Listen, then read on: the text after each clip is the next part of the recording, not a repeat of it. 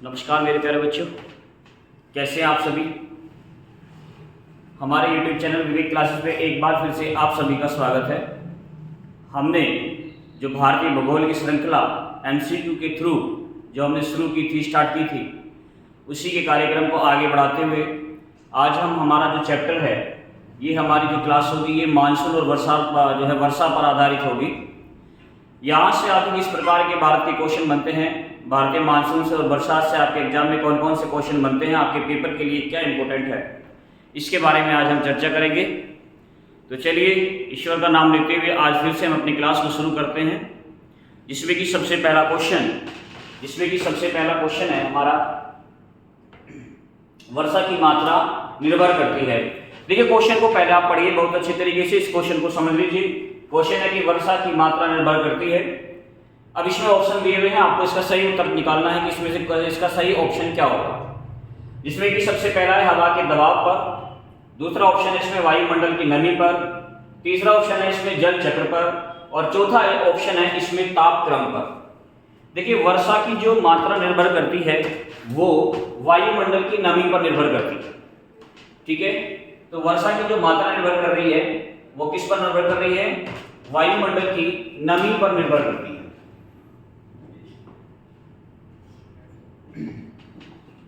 वो किस पर निर्भर करती है, ये वायुमंडल की नमी पर निर्भर करती है, ये वायुमंडल की नमी पर निर्भर करती है, ठीक है। देखो जल वाष्पित होकर ऊपर उठता है और ऊपर उठने के बाद ठंडा होकर यह पानी की जो बूंदें होती हैं, ये बूंदों के रूप में दोबारा से किस पर गिरता है, पृथ्वी पर गिरता है। उसे हम क्या बोलते हैं, वर्षा बोलते हैं। आपसे क्वेश्चन पूछता है कि वर्षा जो होती है कितने प्रकार की होती है। आपके पेपर में ऐसे भी क्वेश्चन आता है, आपसे क्वेश्चन पूछेगा कि वर्षा कितने प्रकार की होती है। तो ध्यान रखेंगे वर्षा मुख्यतः 3 प्रकार की होती है। कितने प्रकार की होती है बच्चों, 3 प्रकार की होती है। ये 3 प्रकार की जो वर्षा होती है कौन कौन सी होती है, जिसमें से कि हम सबसे पहले पढ़ते हैं संवहनीय वर्षा। एक होती है आपकी संवहनीय वर्षा, ठीक है। दूसरी होती है आपकी कौन सी वर्षा, पर्वतीय वर्षा, ठीक है। पर्वतीय वर्षा होती है, पर्वतीय वर्षा। और तीसरी जो होती है आपकी, ये कौन सी वर्षा होती है, तीसरी वर्षा जो होती है आपकी, ये होती है आपकी चक्रवाती वर्षा, ठीक है। कौन सी वर्षा होती है, चक्रवाती वर्षा होती है। तो वर्षा के कितने प्रकार होते हैं मेरे प्यारे बच्चों, वर्षा के कितने प्रकार होते हैं, 3 प्रकार होते हैं। कौन कौन से, संवहनीय वर्षा, पर्वतीय वर्षा और चक्रवाती वर्षा। ये तीनों प्रकार की वर्षाएं आपको याद रखनी है, आपसे क्वेश्चन में पूछता है। आपसे एक और क्वेश्चन में पूछा जाता है वर्षा से संबंधित, जो वर्षा की जो बूंदें होती हैं इनके गोल होने का क्या कारण है, ठीक है। वर्षा की जो बूंदें होती हैं, जो बूंद होती हैं, इनके जो गोल होने का कारण है, वर्षा की बूंदों का गोल होने का कारण क्या है, पृष्ठ तनाव। क्या है, पृष्ठ तनाव, ठीक है। वर्षा की बूंदे को गोल होने का जो रीजन है, जो कारण है, वो क्या है, पृष्ठ तनाव। यानी पृष्ठ तनाव के कारण ही वर्षा की बूंदें गोल होती हैं। तो ध्यान रखिए वर्षा की मात्रा वो किस पर निर्भर करती है, वो वायुमंडल की नमी पर निर्भर करती है। वायुमंडल की नमी पर निर्भर करेगी, जिस कारण जल वाष्पित होगा और वाष्पित होकर ऊपर उठेगा। वाष्प जो जल वाष्पित होकर जब ऊपर उठता है तो वह ठंडा होकर क्या होता है, ठंडा होकर ही वह बूंदों के रूप में प्रकट होकर वापस से पृथ्वी पर गिरता है, वही वर्षा कहलाती है।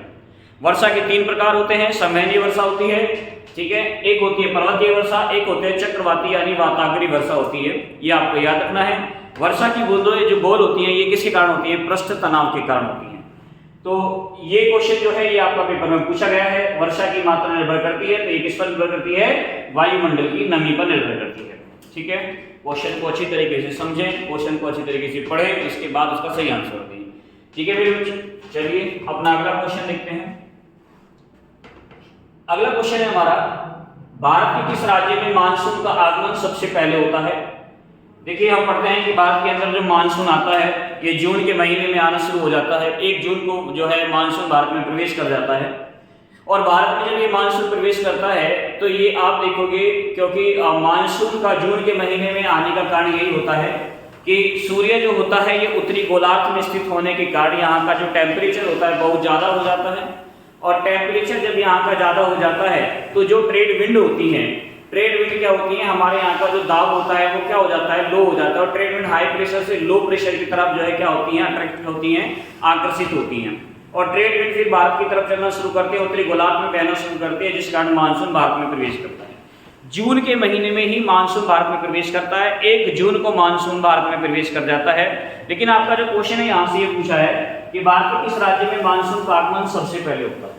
तो ध्यान रखिए भारत के केरल राज्य के अंदर मानसून सबसे पहले आता है, और केरल राज्य के अंदर जो मानसून सबसे पहले आता है ये कब आता है, ये 1 जून को आता है। ठीक है, 1 जून को आता है, यानी भारत के अंदर जो मानसून आता है वो कब आता है, 1 जून से आना शुरू हो जाता है, भारत में प्रवेश करता है। किस राज्य से, केरल राज्य से। देखो भारत में जब ये मानसून आएगा तो केरल राज्य से होता हुआ फिर मुंबई के जो है क्षेत्रों से होता हुआ आगे बढ़ेगा, उसके बाद ये अरब सागर से होता हुआ और बंगाल की खाड़ी से होता हुआ फिर ये मेघालय के खासी की पहाड़ी से टकराएगा, और खासी की पहाड़ी पर टकराने के बाद मानसून नाम में सबसे अधिक बरसात करेगा। ठीक है बच्चों, तो ध्यान रखेंगे ये जो मानसून है ये भारत में जो प्रवेश करता है कहाँ से करता है, केरल राज्य से प्रवेश करता है, और कितनी तारीख से, 1 जून से प्रवेश कर जाता है भारत के अंदर। ठीक है, आपसे क्वेश्चन पूछता है कि कौन से महीने में मानसून भारत से वापस लौट जाता है। तो ध्यान रखिए अक्टूबर और नवंबर के महीने में मानसून भारत से रिटर्न होता है, और जब ये मानसून भारत से वापस होता है तो सबसे ज्यादा बरसात तमिलनाडु राज्य के कोरोमंडल तट पर करता है। ये क्वेश्चन भी हमारे लिए इंपॉर्टेंट हो जाता है कि लौटता हुआ मानसून कौन से तट पर वर्षा करता है, तो लौटता हुआ मानसून भारत के कोरोमंडल तट पर वर्षा करता है। ठीक है, तो ये क्वेश्चन आप सभी ने पढ़ा होगा, समझ लिया होगा, इसका जो सही ऑप्शन होगा वो क्या होगा, केरल होगा।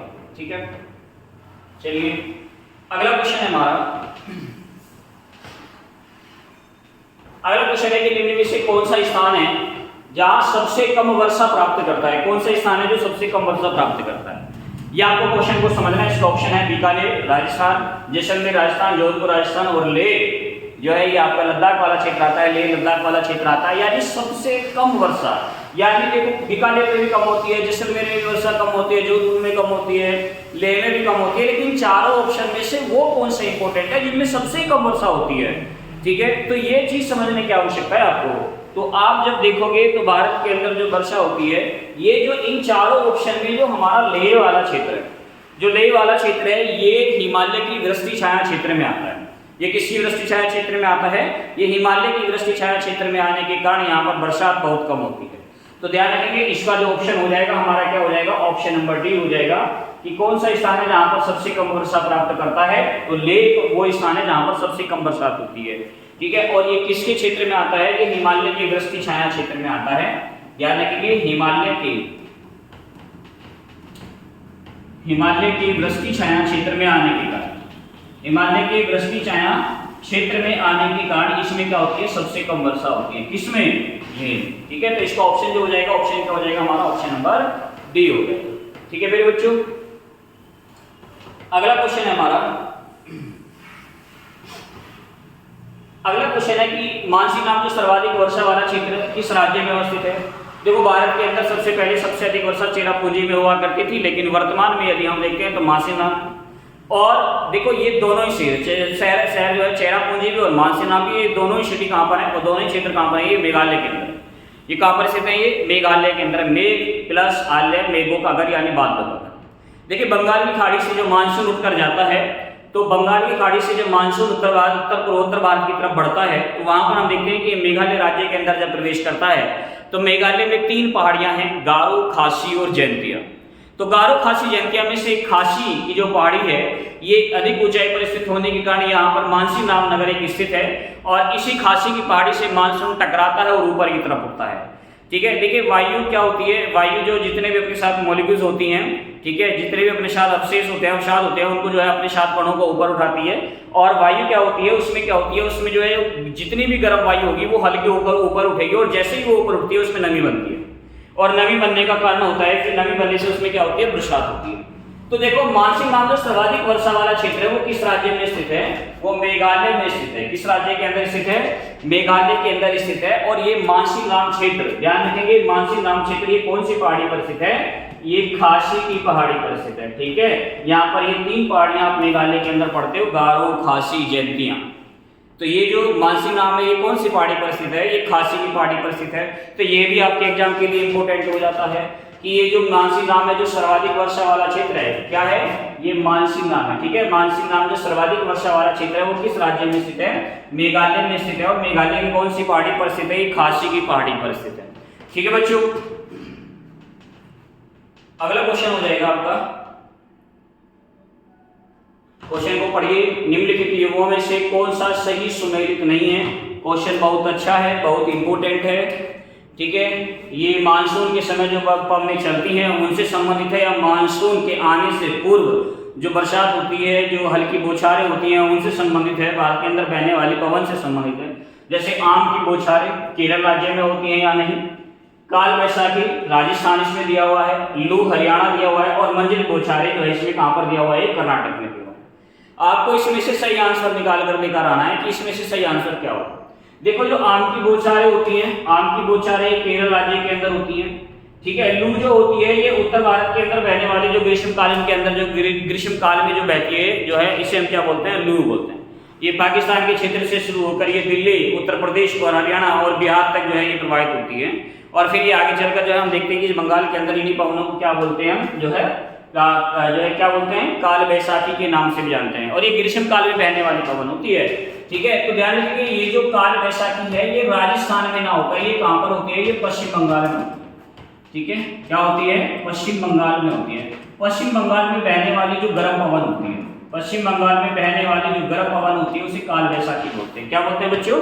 काल वैशाखी बोलते हैं। देखो, मंजरी बौछार जो होती है ये कर्नाटक के अंदर होती है, लू कहां पर होती है? ये हरियाणा में तो बहती रहती है, ये उत्तर भारत में बहती है। कहां पर बहती है? ये उत्तर भारत में प्रवाहित होती है, पूरे उत्तर भारत के अंदर प्रवाहित होती है, ठीक है। दिल्ली के अंदर प्रवाहित होती है, उत्तर प्रदेश में प्रवाहित होती है, हरियाणा में प्रवाहित होती है, पंजाब के क्षेत्र में प्रवाहित होती है, बिहार में प्रवाहित होती है, ठीक है। ध्यान रखिएगा, इसे हम लू बोलते हैं, ये गर्म पवनें होती हैं। इसके बाद ध्यान रखिए, ये जो आम की बौछारें हैं, आम की बौछारें हैं, काल वैशाखी और मंजरी बौछारें, ये तीन पवनें जो आप यहाँ पर पढ़ रहे हैं, ये पवन क्या है? ये मानसून के आने से पहले जो बौछारें करते हैं, जो हल्की हल्की बौछारें करने वाली जो पवन होती हैं, ये वही पवन कहलाती हैं, ठीक है।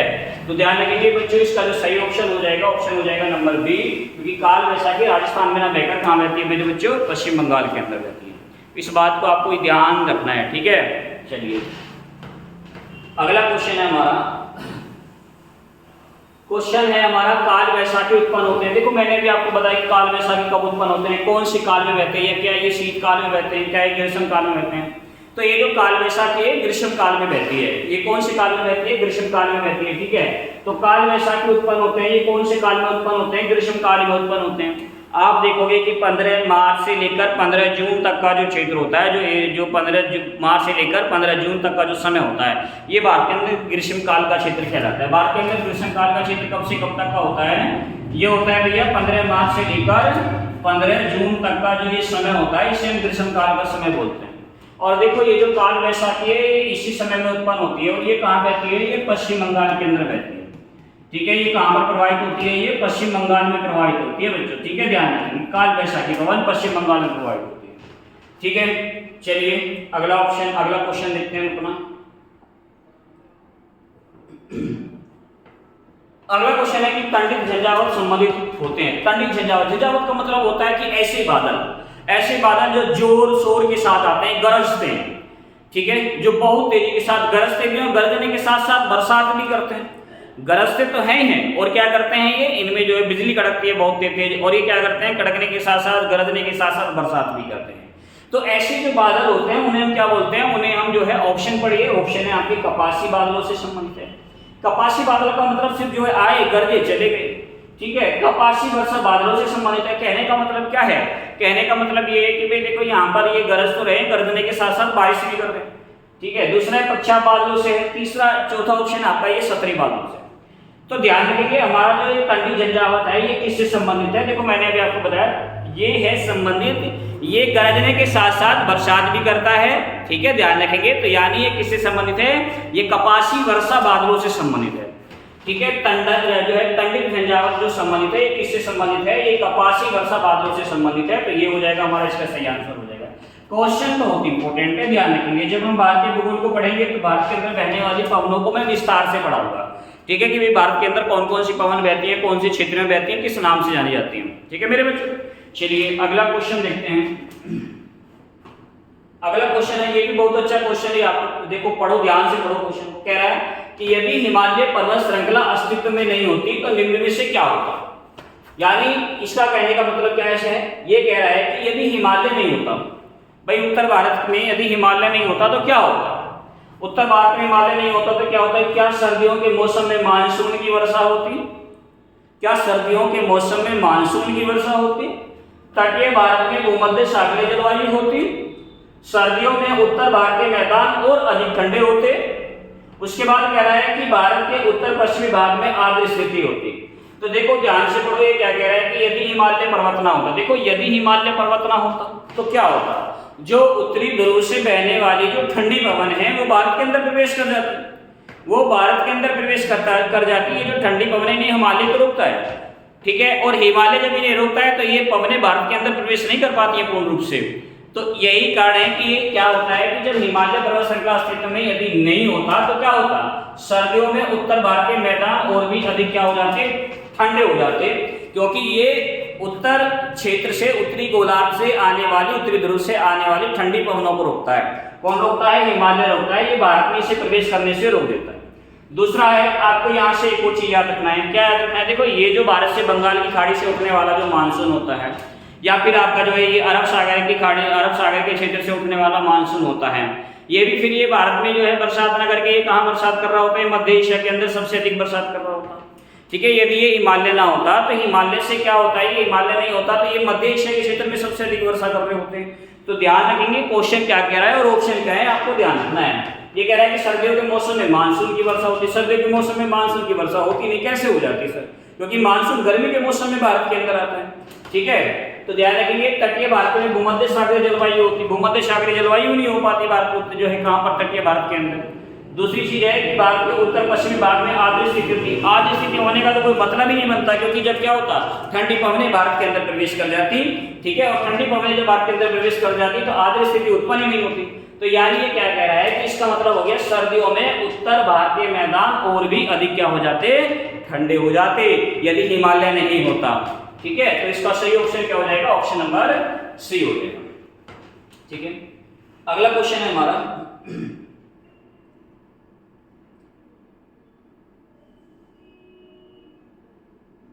अगला क्वेश्चन, निम्न शहरों में से किस एक में पूरे वर्ष के दौरान सूर्य की ऊर्ध्वाधर किरणें कभी नहीं पड़ती हैं? यानी सूर्य की किरणें सीधे रूप से कभी भी नहीं पड़ती हैं। कौन सा ऐसा शहर है जिसमें पूरे वर्ष के दौरान सूर्य की ऊर्ध्वाधर किरणें यानी सूर्य की सीधी किरणें नहीं पड़ रही होंगी? अब सिंपल सी बात है, देखो भारत के अंदर यदि हम शहर की बात करते हैं तो भारत के अंदर सूर्य की किरणें जो सीधी पड़ती हैं वो 23.5 डिग्री पर पड़ती हैं। किस पर पड़ती हैं? 23.5 डिग्री पर पड़ती हैं। और 23.5 डिग्री से उत्तर में जो शहर है, ठीक है, 23.5 डिग्री से ज्यादा उत्तर में जो शहर हो जाते हैं उनमें जो है सूर्य की किरणें सीधी रूप से नहीं पड़ पा रही होंगी। तो आप देखिए यहाँ पर जो चेन्नई शहर है, चेन्नई शहर देखोगे ये 23.5 डिग्री से दक्षिण में स्थित है। तो यहाँ तो सूर्य की किरणें बिल्कुल जो है विस्तार रूप से जो है ऊर्ध्वाधर पड़ती है। दूसरा ऑप्शन हमारा मुंबई है। मुंबई भी हमारा देखते हैं कि हम जो है 23.5 डिग्री से नीचे स्थित है। दूसरा है हमारा, हम देखते हैं कि यहाँ पर कोलकाता, ये पश्चिम बंगाल के अंदर स्थित है, और ये जो पश्चिम बंगाल में स्थित है कोलकाता, ये भी 23.5 डिग्री पर स्थित है, 23.5 डिग्री के नीचे स्थित है। लेकिन ये श्रीनगर है, ये श्रीनगर जम्मू कश्मीर में स्थित है, और जम्मू कश्मीर 23.5 डिग्री में नहीं आता। जम्मू कश्मीर 23.5 डिग्री के उत्तर में स्थित है, और उत्तर में स्थित होने के कारण सूर्य का प्रकाश यहाँ पर तिरछा पड़ता है, ऊर्ध्वाधर पड़ता है। ध्यान रखेंगे यहाँ पर जो सूर्य की ऊर्ध्वाधर किरणें कभी नहीं पड़ती हैं, सूर्य का प्रकाश यहाँ पर कैसा पड़ता है? तिरछा पड़ता है। तो इसका जो हमारा सही ऑप्शन हो जाएगा, ऑप्शन नंबर क्या हो जाएगा? ऑप्शन नंबर डी हो जाएगा, क्योंकि श्रीनगर वो शहर है जहां पर सूर्य की किरणें लंबवत नहीं पड़ती हैं, सीधी नहीं पड़ती हैं, तिरछी पड़ती हैं। तो इसका जो सही ऑप्शन हो जाएगा हमारा ऑप्शन क्या हो जाएगा? ऑप्शन नंबर डी हो जाएगा, ठीक है बच्चों। तो ये हमारे आज क्वेश्चन थे, इसमें जो है एक क्वेश्चन और आपका टाइप होना था, 10 क्वेश्चन शायद टाइप करना वो भूल गए। तो मेरे बच्चों ध्यान रखना है, ये जो है हमारा जो एमसीक्यू था ये मानसून से संबंधित था। अगला जो हमारा एमसीक्यू होगा ये हमारा किससे संबंधित होगा? वन से संबंधित होगा। ये तो मैं आपको समझाने की कोशिश कर रहा हूं कि आपके पेपर में क्वेश्चन किस किस प्रकार के पूछे जाते हैं। अगला जैसे ही हम जो है भारतीय भूगोल को जब हम पढ़ना शुरू करेंगे तो हर टॉपिक को हम विस्तार से पढ़ना शुरू करेंगे। और मैं आपकी जानकारी के लिए एक और चीज आप सभी को बता देता हूं, देखिए यूपी ट्रिपल एससी के थ्रू पैट के फॉर्म निकल गए बच्चों, तो सभी बच्चे जाएं और पैट का फॉर्म को फिल करके आएं, ठीक है। क्योंकि यूपी ट्रिपल एससी के थ्रू इसमें जो जितनी भी वैकेंसी आती है वो आपको एक एग्जाम होता है, पीईटी का एग्जाम होता है, ठीक है। और ये पीईटी के पेपर को आपको क्वालिफाई करना होता है, आप पेपर देते हो, आपके नंबर आते हैं, यूपी ट्रिपल एससी वैकेंसी निकालता है, और फिर मेरिट बेस पे ही परसेंटाइल और परसेंटेज के बेस पे ही आपको जो है UP triple SC mains exam के लिए बुलाता है। तो ये पेपर आपको देना पड़ेगा, और इसके पेपर की जो डेट है वो अभी निर्धारित नहीं हुई है, इसका एग्जाम भी आपका जल्दी होगा। और इससे संबंधित जो जीएस वाला जो हिस्सा है, इससे संबंधित जो भी आपका हिस्सा है वो ठीक है, वो पैट के जो आप तैयारी कर रहे हैं, जो भी बच्चे तैयारी कर रहे हैं, वो मैं यहीं से करा दूंगा आपकी सबकी तैयारी, आपको कहीं और जाने की आवश्यकता ही नहीं।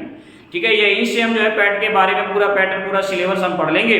ठीक है, आपके पेपर में जो क्वेश्चन आएंगे, क्वेश्चन किस किस प्रकार के आते हैं, ठीक है, कौन कौन से क्वेश्चन जो है बनने की संभावना आपके पेपर में है। ठीक है, तो आज के लिए इतना ही है। तो जो बच्चों यदि हमारी ये क्लास यदि आपको अच्छी लग रही हो तो इसको ज़्यादा से ज़्यादा शेयर कर दें और अपने जो है सहयोगी, अपने साथियों के पास ज़्यादा से ज़्यादा पहुंचा दें। ऐसे बच्चों के पास क्लास को पहुंचा दें जो बेचारा जो कोचिंग नहीं जा सकता, किसी संस्था के अंदर जाकर पढ़ नहीं सकता है, वो यहाँ से आकर जो है फ्री में जो है यूट्यूब से क्या कर सकता है, हमारी इन क्लास की सहायता से अपने आप को एक योग्य व्यक्ति, एक जो है एक शिक्षित जो है एक शिक्षित जो है पुरुष अपने आप को बना सकता है। आज के लिए इतना ही है। थैंक यू, धन्यवाद।